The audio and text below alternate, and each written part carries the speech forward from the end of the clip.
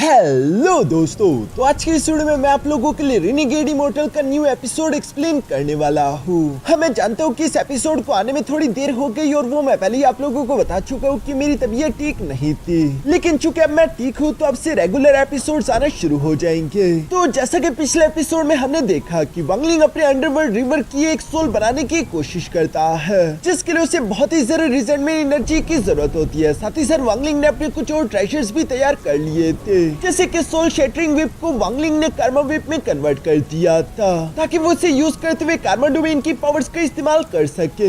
इसी तरह करते करते थंडर सेलेस्टियल रेल्म के ओपन होने का समय काफी करीब आ गया था, इसलिए वांगलिंग को एक थंडर कैलिड्रॉन चाहिए था, जिसे हासिल करने के लिए वांगलिंग सुन फैमिली के एक आदमी सुन सेन के सामने आ गया और वांगलिंग उससे उसका थंडर कैलिड्रॉन मांगता है, जिस पर सुन सेन समझ गया था कि वांगलिंग ही वो बहरूपिया है जो कि थंडर सेलेस्टियल हॉल का फेक मैसेंजर बनने की कोशिश कर रहा था। अब आगे तो नेक्स्ट एपिसोड की शुरुआत यहाँ पर बिल्कुल उसी सीन से शुरू होती है जहाँ सुन सेन वांगलिंग के सामने खड़ा था और सुन फैमिली के सारे लोग वांगलिंग को चारों तरफ से घेर लेते हैं। यहाँ पर सुन सेन वांगलिंग से कह रहा था कि लड़के, मुझे बेवकूफ बनाने की कोई जरूरत नहीं, क्योंकि थंडर सेलेस्टियल हॉल के जितने भी मैसेंजर हैं उनके पास बहुत सारी एफिलिएटेड फैमिलीज होती है, लेकिन तुम्हारे पास कोई भी कल्टिवेशन फैमिली एफिलिएटेड नहीं है। उल्टा तुम भिखारियों की तरह थंडर कैलिड्रॉन मांगने के लिए यहाँ पर चले आए। तुम्हें क्या लगा था कि मामूली असेंडेंट लेवल की कल्टिवेशन के साथ और इस नकली थंडर बीस्ट के साथ तुम मेरे जैसे इल्यूजन रेल्म के एक ओल्ड मैन को डरा सकते हो? तो ये तुम्हारी गलतफहमी थी। मैं पहले ही साउथर्न रीजन के सारे थंडर सेलेस्टियल मैसेंजर से मिल चुका हूँ और तुम उनमें से एक भी नहीं, इसलिए तुम बहरूपिया हो। और ये कहते ही यहाँ सुन सेन ने फौरन से एक पावरफुल पंच अटैक रेडी करके वांगलिंग पर हमला करने के लिए आगे की तरफ जंप कर दिया था, लेकिन इससे पहले कि वो वांगलिंग को टच भी कर पाता तभी अचानक वांगलिंग के सामने उसका इल्यूजनरी यिन पपेट बाहर निकल आया, जो कि सुन सेन के पंच को ब्लॉक करते हुए यहाँ सानी के साथ उसे पीछे की तरफ धकेल देता है। ये देखकर तो सुन सेन भी हैरान हो गया कि आखिर इसके पास इल्यूजनरी यिन पपेट कैसे आ गया। साथ ही साथ सुन सेन ने अपने सुन फैमिली की bone devouring mysterious dark flame activate करना शुरू कर दी थी, जिससे वो इल्यूजनरी यिन पपेट पर हमला करने की कोशिश करता है, लेकिन इल्यूजनरी यिन पपेट तो आसानी के साथ उसे ब्लॉक कर चुका है। ये देखकर सुन सेन हैरान होते हुए कहता है कि ये बोन डिवोरिंग डार्क फ्लेम तो हमारी सुन फैमिली की बहुत ही खास मिस्टीरियस टेक्निक है, जो कि किसी भी बंदे को टच करके उसकी ओरिजिनल सोल तक को जला सकती है, लेकिन इस फ्लेम ने इस पपेट को जरा सा भी नहीं हिलाया। दूसरी तरफ इल्यूजनरी यिन पपेट यहाँ पर एक पंच रेडी करते हुए सुन सेन पर हमला कर देता है, जिसे ब्लॉक करने के लिए सुन सेन ने अपने सामने शील्ड क्रिएट कर दी थी और इस वजह से वहाँ पर एक बड़ा सा ब्लास्ट हुआ। इस ब्लास्ट की इफेक्ट के कारण ये दोनों ही पीछे की तरफ धकेले गए। वांगलिंग का इल्यूजनरी यिन पपेट दोबारा से आगे की तरफ हमला करने के लिए जाने वाला था, लेकिन वांगलिंग उसे रोककर यहाँ सुन सेन से कहता है कि मुझे बस सिर्फ तुम्हारा थंडर कैलिड्रॉन चाहिए। जो सुनकर सुन सेन अपने मन में सोच रहा था कि इस आदमी का ये इल्यूजनरी यिन पपेट काफी खतरनाक है, जिसका मतलब कि आदमी कोई ऑर्डिनरी इंसान तो नहीं है। अगर ये सेकंड स्टेप का कल्टीवेटर होता तो इसे थंडर कैलिड्रॉन देने में मुझे भी कोई प्रॉब्लम नहीं थी, लेकिन ये अभी फर्स्ट स्टेप का कल्टीवेटर है। मैं इल्यूजनरी यिन रेल्म पर हूँ। अगर मैंने थंडर कैलिड्रॉन इस आदमी को दे दिया तो पूरे के पूरे जुन फैमिली के सामने मेरी इज्जत मट्टी में मिल जाएगी।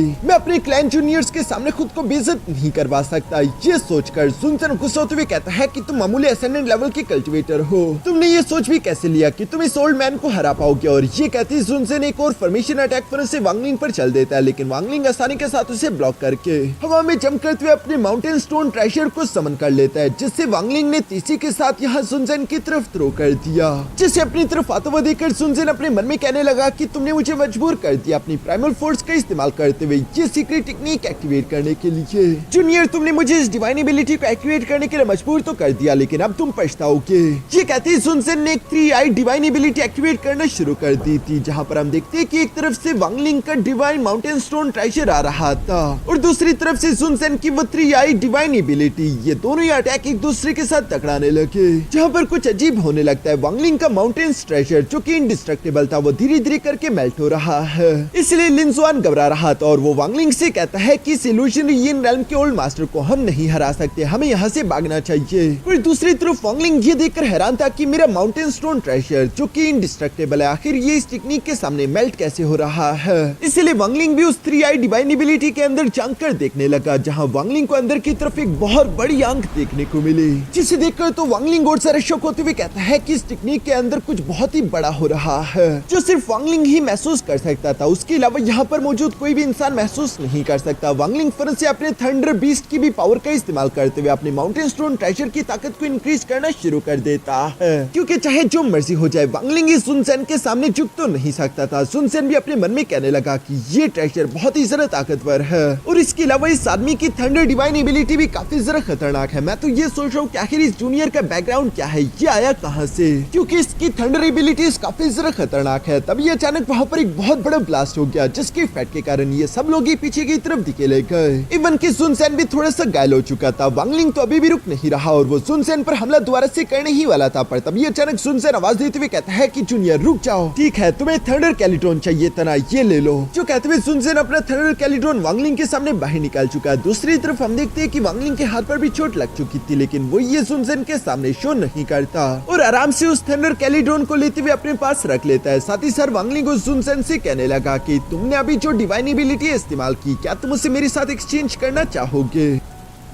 जिस पर तो सुनसेन गुस्सा होते हुए कहता है कि अपनी किस्मत को जरा मत आजमाओ, बेशक मैंने इस मामले को यहाँ से जाने दिया, तुम्हें थंडर कैलिट्रॉन मिल चुका है, अब यहाँ से चले जाओ। शुक्र मनाओ कि मैं अभी हाल ही में इल्यूजन रेल्म पर पहुंचा हुआ, वरना मैं तुम्हें ये एडवांटेज लेने भी नहीं देता। मुझे मजबूर मत करो, क्योंकि अगर मैंने आखिरी सांस तक तुम्हारे साथ फाइट करने की कोशिश की तो तुम जानते हो ना कि तुम भी यहाँ से जिंदा नहीं जाओगे। वांगलिंग उसकी बातें सुन रहा था और वो अपनी इल्यूजन पपेट को इशारा करते हुए शेंगटेन प्लेनेट पर भिजवा देता है, जो देखकर सुनसेन कहता है कि आखिर तुम ये क्या कर रहे हो, तुमने अपने सोल पपेट को शेंगटेन प्लेनेट पर क्यों भिजवा दिया? इस पर वांगलिंग जवाब देते हुए कहता है कि सीनियर शांत हो जाइए, मैं बस सिर्फ आपके साथ एक डिवाइन एबिलिटी एक्सचेंज करना चाहता हूँ। मुझे ये डिवाइन एबिलिटी एक निर्वाणा क्लिंसर लेवल के कल्टिवेटर से मिली थी, जो कि मैं आपको दिखाने वाला हूँ। अगर आपको ये डिवाइन एबिलिटी वर्थ इट ना लगी तो कोई मसला नहीं, मैं इस मामले को यहीं पर छोड़कर चला जाऊंगा। वांगलिंग जब ये सब कह रहा था तब तक हम देखते हैं कि वांगलिंग का इल्यूजन पपेट शेंगटेन प्लेनेट से एक बीस्ट को उठाकर ले आता है, जिससे वांगलिंग सिर्फ एक उंगली की पावर का इस्तेमाल करते हुए जान से मार डालता है और वांगलिंग ने उसे एक लाइफ स्टैंड में बदल दिया था, जिससे सुनसेन भी देख रहा है। वांगलिंग यहाँ पर बताता है कि इसे slaughter immortal killing art technique कहते हैं। इसका इस्तेमाल करते हुए किसी को भी जान से मारकर उसकी लाइफ फोर्स को लाइफ स्टैंड में बदला जा सकता है और इस लाइफ फोर्स का इस्तेमाल करते हुए खुद की बॉडी को काफी खतरनाक अटैक से प्रोटेक्ट कर सकते हैं। मुझे एक सीनियर ने ये डिफेंस टेक्निक दी थी। सोचो अगर आपकी बॉडी को इस तरह के 100 मिलियन लाइफ स्टैंड इकट्ठा होकर शील्ड करते हुए प्रोटेक्ट करे, फिर चाहे पूरा की पूरा कल्टिवेशन स्टार ही कोलैप्स क्यों ना करे, उस कल्टिवेटर को खरोच तक नहीं आएगी। जो सुनकर सुनसेन भी उस लाइफ फोर्स से बने हुए लाइफ प्रोटेक्शन शील्ड को टेस्ट करने की कोशिश करने लगा और उसे समझ आ गया था कि ये लाइफ प्रोटेक्शन शील्ड वाकई में काफी स्ट्रॉन्ग है। इस इमोर्टल किलिंग आर्ट टेक्निक की डिफेंसिव पावर तो काफी जरा एक्स्ट्रा ऑर्डिनरी है और वांगलिंग ने जो कुछ भी कहा वो बिल्कुल सही है। ये टेक्निक वाकई में इतनी खास है कि ये किसी निर्वाणा क्लेंजिंग लेवल के कल्टिवेटर ने ही दी होगी। अगर किसी कल्टिवेटर की बॉडी को कई सारे लाखों या फिर करोड़ों इस तरह की बॉडी गार्डिंग ब्रांड्स प्रोटेक्ट करे तो ये एक supreme life saving divine ability बन जाएगी। लेकिन साथ ही साथ सुनसेन अपने मन में कह रहा था, लेकिन मेरी जो 3 आई डिवाइन एबिलिटी है वो मेरी क्लैन की विरासत है, वो कहां से आई ये तो हम नहीं जानते, इसलिए इस टेक्निक को मैं ऐसे ही लोगों में बांट नहीं सकता। मगर साथ ही साथ दूसरी तरफ ये इमोर्टल किलिंग आर्ट टेक्निक इतनी ज्यादा खास थी कि वो कश्मकश में पड़ चुका था कि आखिर वो करे तो करे क्या। वांगलिंग उसे कश्मकश में देकर अपने लाइफ स्टैंड को वापस लेते हुए कहता है कि ठीक है, अगर सीनियर को मेरे साथ एक्सचेंज नहीं करना तो कोई मसला नहीं, इस मामले को मैं यहीं पर छोड़कर जाता हूँ। जो कहते हुए वांगलिंग थंडर बीस्ट पर सवार होते हुए वहां से रवाना होने लगा। पीछे की तरफ सुनसेन ने इस खास मौके को अपने हाथों से निकलते हुए देखकर पुनः से चिल्लाते हुए कहता है कि अच्छा रुक जाओ, मैं तुम्हारे साथ 3 आई डिवाइन एबिलिटी को एक्सचेंज करने के लिए तैयार हूँ, लेकिन तुम्हें मुझसे वादा करना होगा कि तुम इस 3 आई डिवाइन एबिलिटी को दूसरे लोगों में नहीं बांटोगे। वांगलिंग भी उसकी बातें सुनते हुए रुक गया था। दूसरी तरफ हम देखते हैं कि यहाँ सुनसेन अपनी 3 आई डिवाइन एबिलिटी को एक जेड टोकन में डालना शुरू कर देता है, साथ ही साथ वो उसमें कुछ एरर्स भी डाल रहा था। सुनसेन अपने मन में सोच रहा था कि 3 आई डिवाइन एबिलिटी काफी जरा खतरनाक है, उसे सीखना आसान काम नहीं, मैं जानबूझकर इस डिवाइन एबिलिटी में कुछ गलतियां डाल दूंगा ताकि फ्यूचर में अगर ये बंदा इस टेक्निक को कल्टीवेट करने की भी कोशिश करे तभी ये मेरे लेवल तक कभी ना पहुंच पाए। ये सोचते हुए सुनसेन ने 3 आई डिवाइन एबिलिटी टेक्निक को यहाँ वांगलिंग के हवाले कर दिया था। दूसरी तरफ वांगलिंग भी इमोर्टल किलिंग आर्ट टेक्निक को यहाँ सुनसेन के हवाले कर देता है, जिस पर तो सुनसेन अपने मन ही मन में खुश हो रहा था कि उसने वांगलिंग को चूना लगा दिया और वो अपने साथियों को लेकर लेकर वहाँ से रवाना हो गया। जबकि असली चूना तो सुनसन को लगा क्योंकि रास्ते में बढ़ते हुए वांगलिंग यहाँ पर 3 आई डिवाइन एबिलिटी की तरफ देखते हुए अपने मन में कहने लगा कि जब मैंने इस 3 आई डिवाइन एबिलिटी के अंदर झांक कर देखा था तो मुझे इसके अंदर एक थर्ड स्टेप का ऑरा महसूस हुआ, जबकि सुनसन सिर्फ इसे किलिंग टेक्निक की तरह इस्तेमाल कर रहा है। वो बेवकूफ तो जानता भी नहीं कि ये एक बहुत ही कीमती हेवनली ट्रेजर है जिसकी पोटेंशियल को वो जाया कर रहा था। मैंने इमोर्टल किलिंग आर्ट टेक्निक उसे दे दी जिसमें खराबी है, और ये तो आप लोग भी जानते हो कि जैसे उसके 1 मिलियन स्टैंड कंप्लीट होंगे सुनसन की फिजिकल बॉडी डिस्ट्रॉय हो जाएगी, क्योंकि एलसीडी ने उस टेक्निक को ऐसे ही बनाया था। साथ ही सर वांगलिंग कह रहा था कि ये डील अच्छी रही। मैं जानता हूँ कि सुनसन ने इस 3 आई डिवाइन एबिलिटी के अंदर भी जरूर एरर्स डाले हैं, लेकिन वो बेवकूफ जानता नहीं कि इन गलतियों को ढूंढ कर सही करना मेरे लिए कोई मुश्किल काम नहीं। यही सोचते हुए वांगलिंग आगे की तरफ बढ़ते हुए वापस से किंगलिंग प्लेनेट पर आ गया था, जहाँ की एक पहाड़ी पर खड़े होते हुए वांगलिंग कह रहा था कि मैं पूरी तरीके से तैयार हूँ, थंडर सेलेस्टियल रेल्म के अंदर जाने का समय आ गया है। यही सोचते हुए वांगलिंग फरस से अपने थंडर कैलिडोन को बाहर निकाल लेता है, जिसे देखते हुए वांगलिंग कह रहा था कि ये थंडर कैलिडोन रेन कैलिडोन की बिल्कुल हूबहू कॉपी लग रहा है, बस इसमें सिर्फ थंडर की पावर है। रेन कैलिडोन का इस्तेमाल करते हुए वांगलिंग रेन इमोर्टल रेल्म में इंटर किया था, और अब वांगलिंग इस थंडर कैलिडोन का इस्तेमाल करते हुए थंडर सेलेस्टियल रेल्म में इंटर करेगा। इसलिए वांगलिंग उस थंडर कैलिडोन को हवा में भेजना शुरू कर देता है, जिसकी वजह से हम देखते हैं कि अचानक वहाँ का मौसम बदलने लगा और जोर जोर से बिजलियां कड़कने लगती है, जो देखकर वांगलिंग अपने मन में कह रहा था तो ये थंडर कैलिडोन हेवनली थंडर एनर्जी को इकट्ठा करते हुए अपनी तरफ अट्रैक्ट करेगा, जिसकी वजह से जो कल्टिवेटर होगा वो टेलीपोर्ट होकर थंडर सेलेस्टियल रेल्म पहुंच सके, यानी कि एक सवारी की तरह काम करेगी। पर तभी अचानक हम देखते हैं कि वो हेवनली थंडर एनर्जी जो कि यहाँ उस थंडर कैलिडोन पर आकर गिरने लगी काफी ज्यादा टेरिफाइंग थी। लिन स्वान घबराते हुए कहता है कि ये बस सिर्फ सवारी की तरह काम करने वाली है, फिर भी ये थंडर एनर्जी आखिर इतनी ज्यादा टेरिफाइंग कैसे है। दूसरी तरफ वांगलिंग भी उस थंडर को देख रहा था, जहाँ वांगलिंग अपने मन में कहता है कि इस थंडर के अंदर मैं बहुत ही पावरफुल इमोर्टल एनर्जी को महसूस कर पा रहा हूँ, जो कि मेरी एंशिएंट थंडर ड्रैगन के साथ कंपैटिबल है। इसलिए वांगलिंग सोच रहा था कि वो अपनी एंशिएंट थंडर ड्रैगन का इस्तेमाल करते हुए उस खतरनाक थंडर एनर्जी को डिफोर्स करेगा। वांगलिंग कभी भी किसी मौके को जाया होने नहीं देता। वांगलिंग सोच रहा था कि पहले क्यों ना मैं अपना पेट बढ़ लूं, उसके बाद मैं इस थंडर एनर्जी का इस्तेमाल करते हुए टेलीपोर्ट करके यहाँ से जाऊंगा। इसलिए वांगलिंग अपने ओरिजिन सोल के एंशिएंट थंडर ड्रैगन को बाहर की तरफ निकालकर फरस से उस थंडर की तरफ भिजवाता है, जो कि फरस से उस थंडर को निकल गया।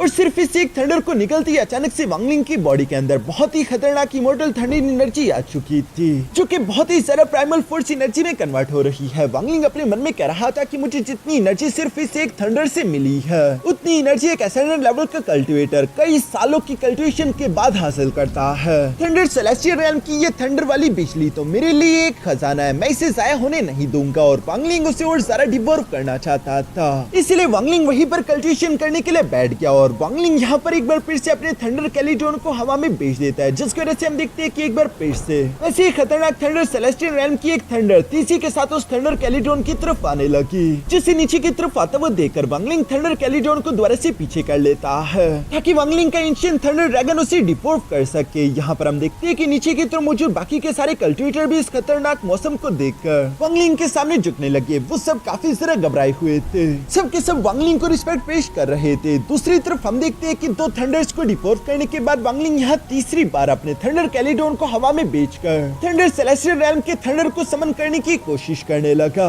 नीचे की तरफ ज़ेंग फैमिली के लोग भी ये देखकर परेशान हो रहे थे। तभी अचानक हम देखते हैं कि इस बार थंडर सेलेस्टियल रेल्म वांगलिंग से गुस्सा हो चुका था, और वो वांगलिंग पर बहुत ही खतरनाक 7 कलर की थंडर एनर्जी गिराने लगा, जो कि थंडर कैलिडोन पर गिर रही थी। यहाँ लिन स्वान घबराते हुए कहता है कि शायद हमने अपनी हद पार कर दी है। इवन की वांगलिंग भी वो देखकर कह रहा था कि हाँ, लगता है कि थोड़ी गड़बड़ हो गई। पर फिर भी वांगलिंग अपने एंशिएंट थंडर ड्रैगन को यहाँ ऊपर की तरफ भेजते हुए 7 कलर थंडर डिवॉर्व करने की कोशिश करने लगा, इसी उम्मीद में कि शायद काम बन जाए। लेकिन जैसे जैसे एंशिएंट थंडर ड्रैगन उस 7 कलर थंडर को डिवॉर्व कर रहा था, उसकी तकलीफ बढ़ती जा रही थी। अचानक से वांगलिंग भी यहाँ पर खून की उल्टियां करने लगा, यानी कि अब उसकी बर्दाश्त की हद पार हो चुकी है। यहाँ लिन स्वान तो घबराकर चिल्लाने लगा। वांगलिंग भी अपने मन में कह रहा था कि इस थंडर की पावर बहुत ही ज्यादा इमेंस है, इवन कि मेरे एंशिएंट थंडर ड्रैगन भी इससे पूरी तरीके से डिवॉर्व नहीं कर सका। और एंशिएंट थंडर ड्रैगन वांगलिंग का ओरिजिन सोल है, अगर वो डिस्ट्रॉय हुआ तो वांगलिंग भी मारा जाएगा। इसलिए वांगलिंग एंशिएंट थंडर ड्रैगन को वापस से बुलाकर अपनी बॉडी में ले आता है, जिसके बाद वो 7 कलर थंडर दोबारा से थंडर कैलिडोन पर जाकर गिरने लगे, जो वांगलिंग भी देख रहा था। और वांगलिंग जानता है कि ये थंडर कैलिडोन भी ज्यादा देर टिक नहीं पाएगा, लेकिन ये थंडर कैलिडोन वांगलिंग के लिए बहुत ज्यादा जरूरी है, क्योंकि सिर्फ यही वांगलिंग को थंडर सेलेस्टियल रेल्म लेकर जा सकता है। वांगलिंग इसे डिस्ट्रॉय होने नहीं दे सकता। वो फौरन से हवा में जंप करते हुए यहाँ पर उस थंडर कैलिड्रॉन में अपनी पावर्स डालने लगा।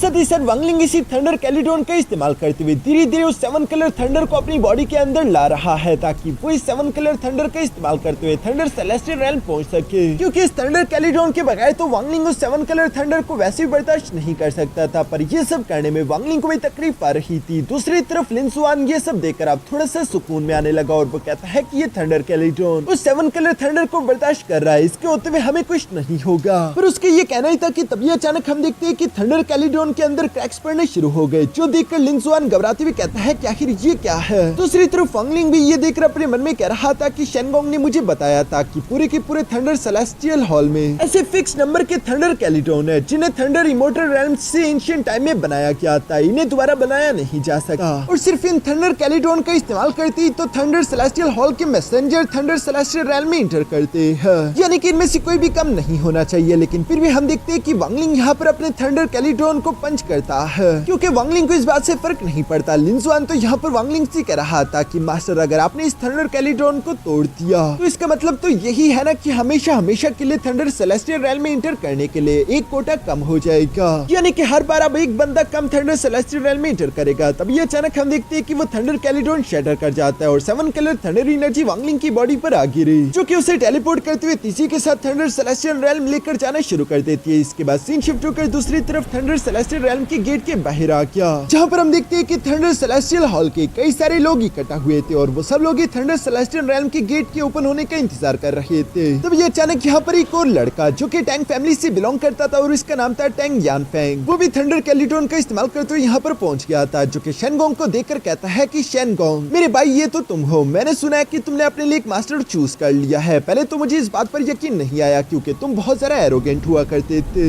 लेकिन अब इसी वजह से थंडर सेलेस्टियल हॉल तुमसे नाराज है और इसी वजह से उन्होंने तुम्हें थंडर सेलेस्टियल हॉल के टेलीपोर्टेशन पोर्टल का इस्तेमाल करने भी नहीं दिया, वरना तुम्हें हमारी तरह गेट के ओपन होने का इंतजार ना करना पड़ता। असल में शेनगोंग ने अपनी ओरिजिन सोल का एक छोटा सा हिस्सा वांगलिंग को दे दिया है, यानी कि अपने मास्टर को, और थंडर सेलेस्टियल हॉल को ये बिल्कुल भी पसंद नहीं कि उनके मैसेंजर्स की वफादारी किसी और की तरफ हो जाए। इसी तरह से यानफिंग यहाँ पर शेनगोंग का मजाक उड़ाते हुए कह रहा था कि शेनगोंग वाकई में क्या ये सारी बातें सच है, जिस पर शेनगोंग जवाब देते हुए कहता है कि मैं तुम चिड़ियों में एक बाज हूँ, मेरी सोच बहुत ही ऊंची है, मेरे तक तुम लोग नहीं पहुँच पाओगे, जो कुछ मैं सोच रहा हूँ वो तुम लोग नहीं समझ सकते। इस पर यानफेंग कहता है कि यकीनन तुम्हारे ग्रेट एल्डर्स भी तुमसे काफी ज्यादा नाराज होंगे, क्योंकि तुम हमारे यंगर जनरेशन के पहले वो यंगेस्ट बंदे थे जो कि मैसेंजर बन गए, फिर भी थंडर सेलेस्टियल हॉल ने तुम्हें साइड लाइन कर दिया क्योंकि अब तुम्हारी ओरिजिन सोल पूरी तरीके से कंप्लीट नहीं है कि अपने क्लैन एल्डर्स को गुस्सा करना और ये फैसला करना अपने मास्टर को इस तरह से अपनी ओरिजिन सोल का हिस्सा देना, क्या ये वर्थ इट था। जो सब सुनकर शेनगोंग भी याद करता है कि उसके क्लैन के एल्डर्स उससे काफी ज्यादा नाराज थे और वो उससे कह रहे थे कि तुमने हमें निराश किया, तुमने बहुत बड़ी गलती कर दी है, तुम्हें ऐसा नहीं करना चाहिए था। ये सब याद करके यहाँ शेनगोंग कहने लगा कि मेरे क्लैन के जो ग्रेट एल्डर्स है वो भी अपनी पूरी जिंदगी लगाकर निर्वाणा क्लींजिंग स्टेज से आगे नहीं बढ़ पाए और ये लोग मुझे लेक्चर दे रहे हैं कि मुझे अपनी जिंदगी के साथ क्या करना चाहिए क्या नहीं। वो लोग नहीं जानते कि मैंने क्या देखकर क्या फैसला लिया है, क्योंकि शेनगोंग को अभी भी इस बात पर पूरा यकीन है कि उसका मास्टर वांगलिंग काफी ज्यादा टेरिफाइंग पावर रखता है और वो कम से कम भी 3rd स्टेप लेवल का कल्टीवेटर होगा, जो कि उसने जिंदगी में या फिर किसी ने भी कभी नहीं देखा। यहाँ वो ये सब सोच ही रहा था कि तभी अचानक वहाँ पर इन सब लोगों को एक 7 कलर की थंडर तेजी के साथ यहाँ दरवाजे की तरफ बढ़ती हुई दिखाई दी, जिस 7 कलर थंडर के अंदर एक बंदा मौजूद था। सब लोग ही उसे देख रहे थे और हैरान होते हुए कह रहे थे कि आखिर वो बंदा है कौन। शेनगोंग तो उस बंदे के ऑरा को महसूस करके पहचान लेता है, ये कोई और नहीं बल्कि उसी का मास्टर वांगलिंग है। दूसरी तरफ हम देखते हैं कि वांगलिंग सीधे सीधे उस बंद दरवाजे की तरफ बढ़ रहा था, जहाँ पर तभी अचानक एक बड़ा सा पोर्टल ओपन हो गया और वांगलिंग उस दरवाजे के पार चला जाता है, जो देखकर तो सब लोग ही सरप्राइज हो गए थे और वो लोग आपस में बातें करने लगे कि आखिर कोई भी ऐसे बंद दरवाजे के पार कैसे जा सकता है। थंडर सेलेस्टियल रेल्म का इमोर्टल गेट तो अभी तक ओपन ही नहीं हुआ, तो कोई भी पॉसिबली अंदर कैसे इंटर कर सकता है। सब लोग इसी तरह की बातें सोचते हुए हैरान हो ही रहे थे, क्योंकि अगर इसकी जगह कोई और होता तो उसे थंडर सेलेस्टियल रेल्म ने अब तक जान से मार दिया होता। दूसरी तरफ शेनगोंग जो कि जानता था कि वो कोई और नहीं बल्कि उसका मास्टर वांगलिंग है, इसलिए वो एक्साइटेड होते हुए कह रहा था कि पता नहीं आखिर मेरे मास्टर किस टेरिफाइंग लेवल पर होंगे जो कि इतनी आसानी के साथ यहाँ इस दरवाजे के पार चले गए। मैं यानी कि शेनगोंग शेनगोंग ने उनको अपना मास्टर बनाकर सबसे बेहतरीन फैसला किया है। दूसरी तरफ सीन शिफ्ट होकर यहाँ थंडर सेलेस्टियल रैल्म के अंदर आ जाता है, जहाँ पर हम देखते हैं कि 7 कलर थंडर वांगलिंग को अंदर की तरफ पहुंचाकर नीचे की तरफ ले आया था, लेकिन हम देखते हैं कि वांगलिंग थोड़ा बहुत इंजर्ड हो चुका है। वैसे तो थंडर सेलेस्टियल रैल्म की इस हेवनली थंडर की सवारी बिल्कुल भी खतरनाक नहीं होती, लेकिन वांगलिंग ने चुके 7 कलर थंडर को समन किया था, जिसकी वजह से वो थोड़ा बहुत इंजर्ड जरूर हो चुका है, लेकिन इमोर्टल गेट के ऊपर होने से पहले ही वो थंडर सेलेस्टियल रैल्म में भी इंटर कर चुका है। ये एक बहुत बड़ा रिस्क था। इवन की वांगलिंग भी यहाँ पर खुद को हील करते हुए अपने मन में कह रहा था कि इतना बड़ा रिस्क, इसकी वजह से मेरी पूरी फिजिकल बॉडी एक्सप्लोड कर सकती थी। वो तो अच्छा हुआ कि मुझे जरा चोटें नहीं लगी, दोबारा मैं इतना बड़ा रिस्क अफोर्ड नहीं कर सकता। अभी मुझे थोड़ा सा समय चाहिए होगा खुद को हील करने के लिए। ये सब सोचते हुए वांगलिंग वहीं पर बैठकर कल्टिवेशन करते हुए खुद को रिकवर करने लगा। साथ ही साथ वांगलिंग थंडर सेलेस्टियल रैल्म में यहाँ पर अपने स्पिरिचुअल सेंस को भी फैला रहा था, ताकि वो थंडर सेलेस्टियल रैल्म को स्कैन करके देख सके कि ये जगह आखिर रेन सेलेस्टियल रैल्म से कैसे अलग है।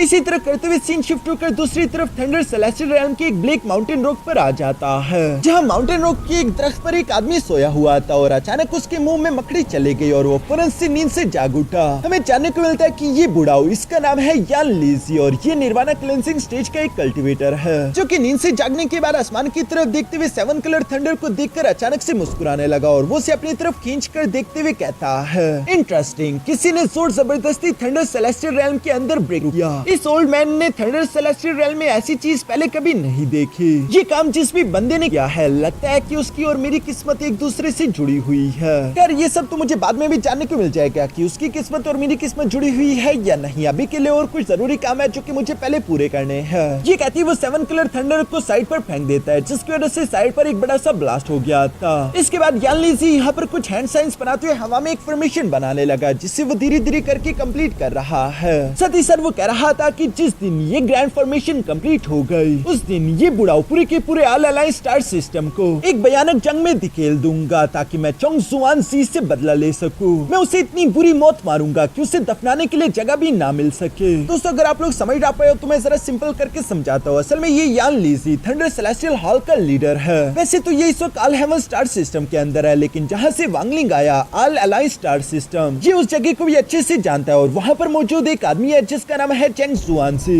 इस यान लीजी की उसके साथ गहरी दुश्मनी है और यान लीजी उसे किसी भी हाल में जान से मारना चाहता है, जिसके लिए वो ये सारी तैयारियां कर रहा था। इसके बाद सीन शिफ्ट होकर दूसरी तरफ वापस से वांगलिंग पर आ गया, जिसने खुद को पूरी तरीके से रिकवर कर लिया था और वो हवा में आते हुए कह रहा था कि ये थंडर सेलेस्टियल रैल्म तो रेन सेलेस्टियल रैल्म से काफी ज्यादा बड़ा और स्टेबल है। जैसा कि मुझे शेनगोंग ने बताया था कि थंडर सेलेस्टियल रैल्म में कई सारे इमोर्टल आर्ट और स्पिरिचुअल ट्रेजर तो है ही, लेकिन इसके अलावा यहाँ पर 2 और काफी ज्यादा कीमती चीजें हैं, जिनमें से एक तो है इमोर्टल कॉर्प्सेस, यानी कि इमोर्टल्स की लाशें, और दूसरी है प्राइमल फोर्स। शेनगोंग ने वांगलिंग को बताया था कि अब तक थंडर सेलेस्टियल हॉल को टोटल 8 इमोर्टल कॉर्प्सेस मिले हैं। जब भी किसी बंदे को इमोर्टल कॉर्प्स मिल जाए तो वो उसे लेकर थंडर सेलेस्टियल हॉल को दे देता है, जिसके बदले थंडर सेलेस्टियल हॉल उस बंदे को बहुत बड़ा इनाम देते हैं। इसके अलावा जो सेकंड चीज है वो है प्राइमल फोर्स, जो कि यहाँ थंडर सेलेस्टियल रैल्म में कुछ एनर्जी के रिवर्स की तरह बह रहे हैं। उन रिवर्स में हेवन एंड अर्थ की प्राइमल फोर्स काफी सारे डेंस अमाउंट में मौजूद है। इसके अलावा शेनगोंग ने कुछ लेगेसी ट्रेजर्स के बारे में भी बताया था, जो कि काफी ज्यादा खास है। अगर उन्हें असेंडेंट लेवल या फिर उससे नीचे फर्स्ट स्टेप लेवल के कल्टीवेटर्स ने ढूंढ लिया तो उन्हें उस लेगेसी ट्रेजर के अंदर से नॉर्मल सेलेस्टियल एनर्जी मिलेगी अपने लेवल्स को ब्रेक थ्रू करने के लिए। और अगर वो किसी सेकंड स्टेप लेवल के कल्टीवेटर को मिल जाए तो वो उसे डायरेक्टली प्राइमल फोर्स एनर्जी देगा, ताकि वो अपना लेवल ब्रेक थ्रू कर सके।